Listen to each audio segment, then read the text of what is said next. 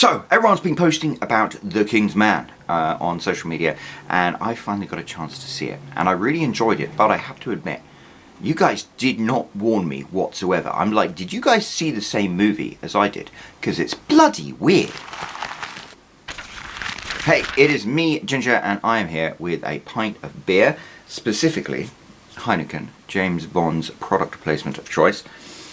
Cheers. And I want to make a quick video about The Kingsman. And I feel quite disappointed that I didn't see The Kingsman in the cinemas until yesterday, because I was really excited by it, but I'm pleased I finally did. And wow, what an experience that was. What an experience that was. I'm a huge fan of the Kingsman movies. I thought the first Kingsman movie was the boot up the arse that like the spy genre needed. I mean, James Bond is of course one of my major loves in life, but Kingsman really was just the right tone at the right time. And then Kingsman 2 I loved even more. A lot of people don't think it's as good a movie, but for me there were so many like sentimental elements to it that it's become one of my favourite movies ever. So The Kingsman, which is a prequel, I was really excited by. I was especially excited because I'm a joint honours in history, and my son is super into history, my eldest son.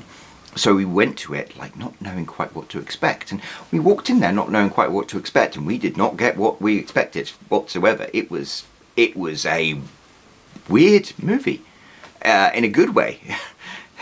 I'd expected it to be similar in tone to Kingsman and Kingsman 2, but it was tonally it was completely different.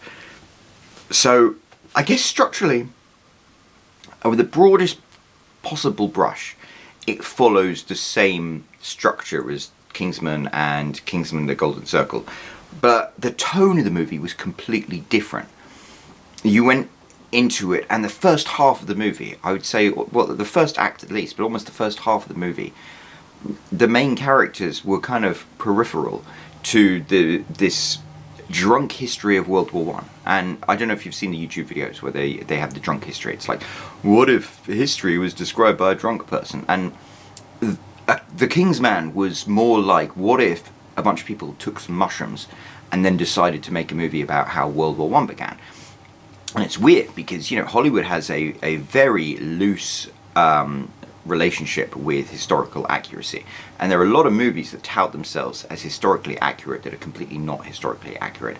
The Kingsman, I don't think, would claim in any way to be historically accurate, yet it was surprisingly historically accurate. It was like history on steroids, and the first half of the movie was basically like a history lesson. It was really odd. And they did introduce the character of Orlando, who is the Duke of Oxford, and it's Ralph Fiennes, and of course I love Ralph Fiennes. He's M now in the James Bond franchise.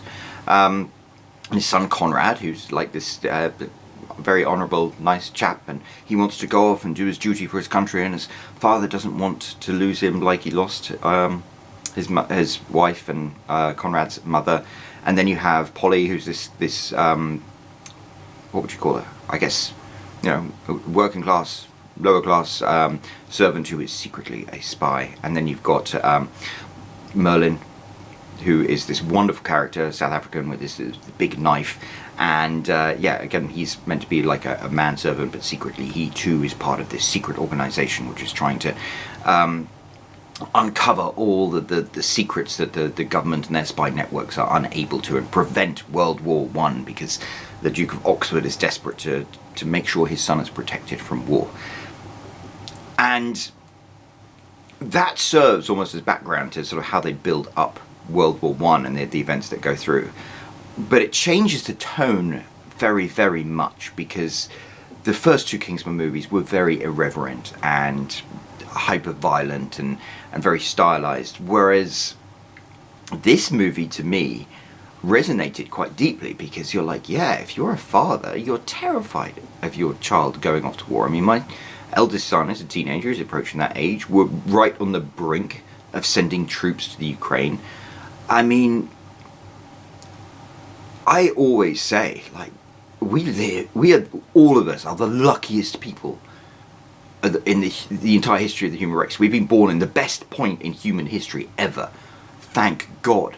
Because you had in the 1970s poor kids getting sent off to Vietnam to fight in that senseless war. And then World War One was just a slaughterhouse. And so, yeah, it was tonally very different to the previous two Kingsman movies, because right there we were like, I got why Orlando didn't want his son to go to war. And I got also Conrad's frustration with his father, because he wants to do his duty. He wants to do something meaningful, and people are making fun of him and giving him white feathers for being a coward. It was quite a deep rabbit hole to go down, and it just got deeper because then the movie moves on to World War One itself. But I'm going to get to that because it gets a bit weird before we go there.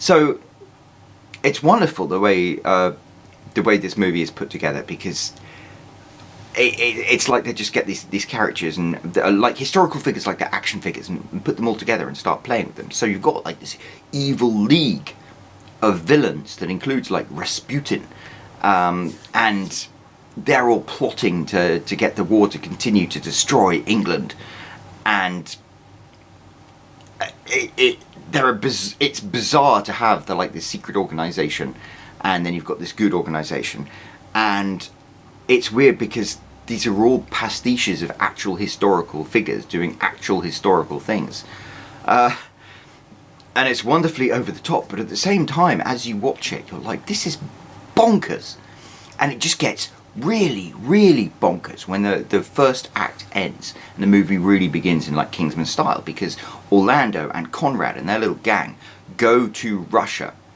and face off against Rasputin, who is played, I didn't know at the time, by Rhys Ifans, wonderful Welsh actor, who's a Marvel alumni actually. He plays the Killer Croc in No Way Home, but he's a wonderful actor, unrecognisable as Rasputin, but their portrayal of Rasputin was bonkers. And it was weird because he was a pretty bonkers guy, so I'm not necessarily saying that he was any more bonkers on screen than he was in real life.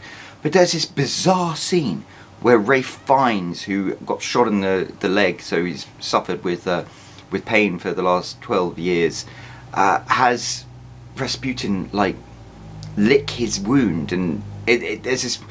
It's the weirdest scene I've ever seen in a movie, where you got Rasputin like licking Ralph Fiennes' bare leg and like hypnotizing him. Ralph Fiennes is like in ecstasy, and I was sitting there, my 13-year-old on one side and my 8-year-old on the other side, and I was like, I'm quite uncomfortable watching this with these two kids here. I mean, there was nothing like sexual about it, but it was a very bizarre scene. And then you had this wonderful fight scene that was, suddenly it was like the movie kicked into Kingsman mode, because you had this wonderful fight scene with Rasputin and our four heroes, and it was over the top and ridiculous. I enjoyed that. But up until then, that was the first real action scene in the entire movie. So, the other Kingsman movies, they kicked off with like real action scenes. This movie had just had this drawn out lead up to this first opening act. And the weird thing is, then you'd expect it to continue along that pace, but it doesn't. It has another lull as like Conrad, realizing that he's come of age, goes off to join the army despite his father's wishes, and it becomes almost like a different movie. And again, there's a big tonal shift, because in the original Kingsman and Kingsman The Golden Circle, they are very fun and irreverent movies, and like violence and death is played for comedic effect, which is understandable given the tone of those movies. Whereas suddenly, Act 2 of The Kingsman is World War One, the trenches. And it was my son, my 13-year-old, who actually pointed this out to me. He leaned over and said, "Dad, do you notice that the way they treat death here is not for comedic effect, it's for dramatic effect?" And the movie, I would say it's a bit sanitized, but it still gives a really horrific, visceral, disturbing portrait of what World War One was like. And I think World War One was actually far more horrific than the way it was presented on screen. But in The King's Man, the definite message was, war is freaking horrible, and World War One was just horrific.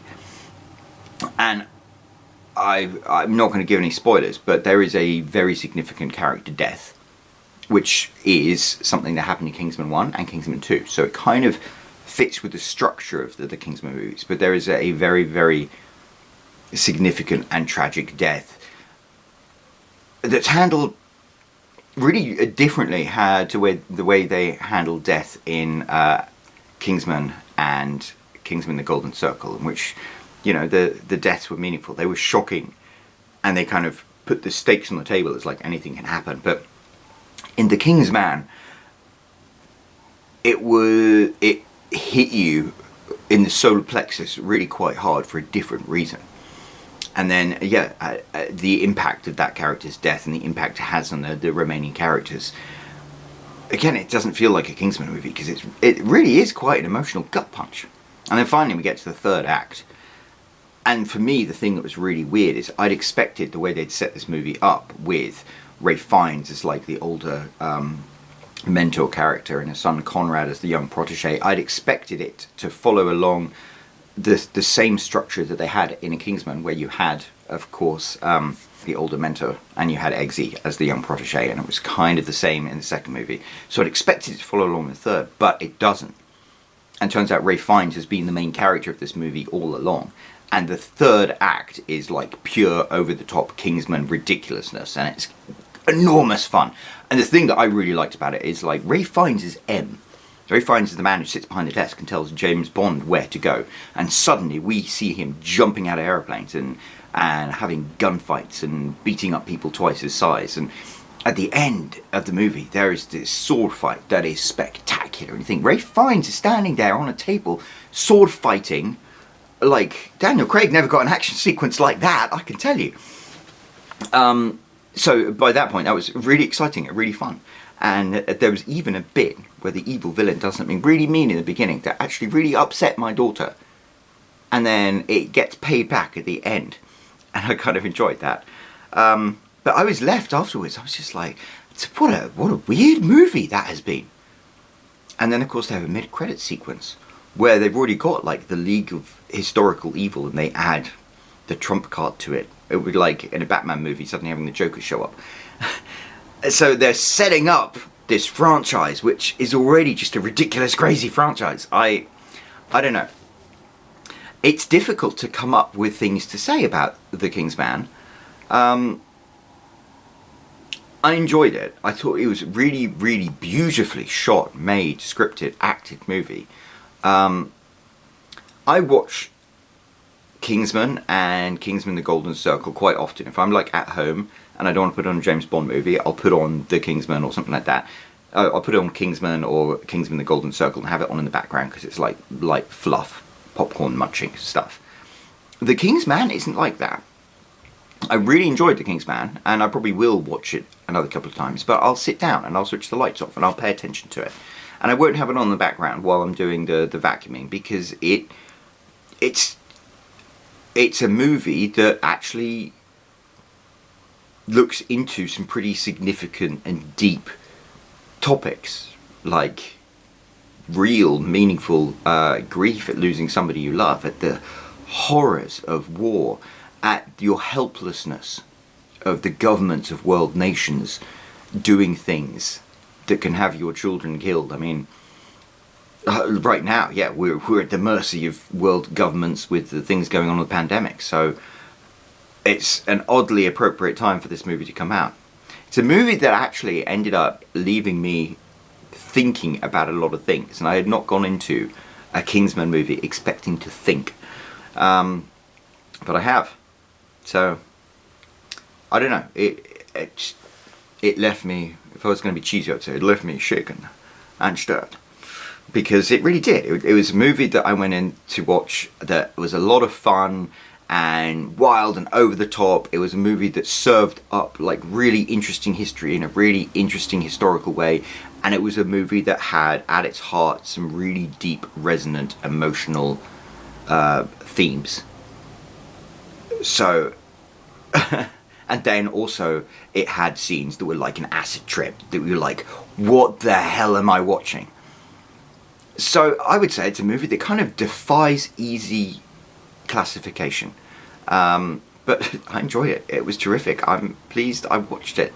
I hope they make more movies along there. I don't know what to expect of them, but I will go into the movie theatre with a big smile on my face, being like, let me have it. I'm ready for anything.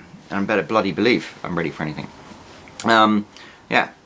So that was my take on The Kingsman. I'd love to know what your thoughts were. Drop them down in the comments down below. But I'm also going to make a follow-up video, because there's one other reason why I was quite keen to see this movie. And that is, my grandfather, as in my father's father, Rupert Hume, was a Kingsman. Kind of. And I'll make another video and explain that at some point. Anyway, this has been fun. Cheers. I will speak to you soon. Ciao. I'm Roland Hume. I've sold 67,000 copies of my books. If you want to find out how I did it, I've got a link right here you can click. And otherwise, don't forget to subscribe. I've got more videos coming soon. Thank you.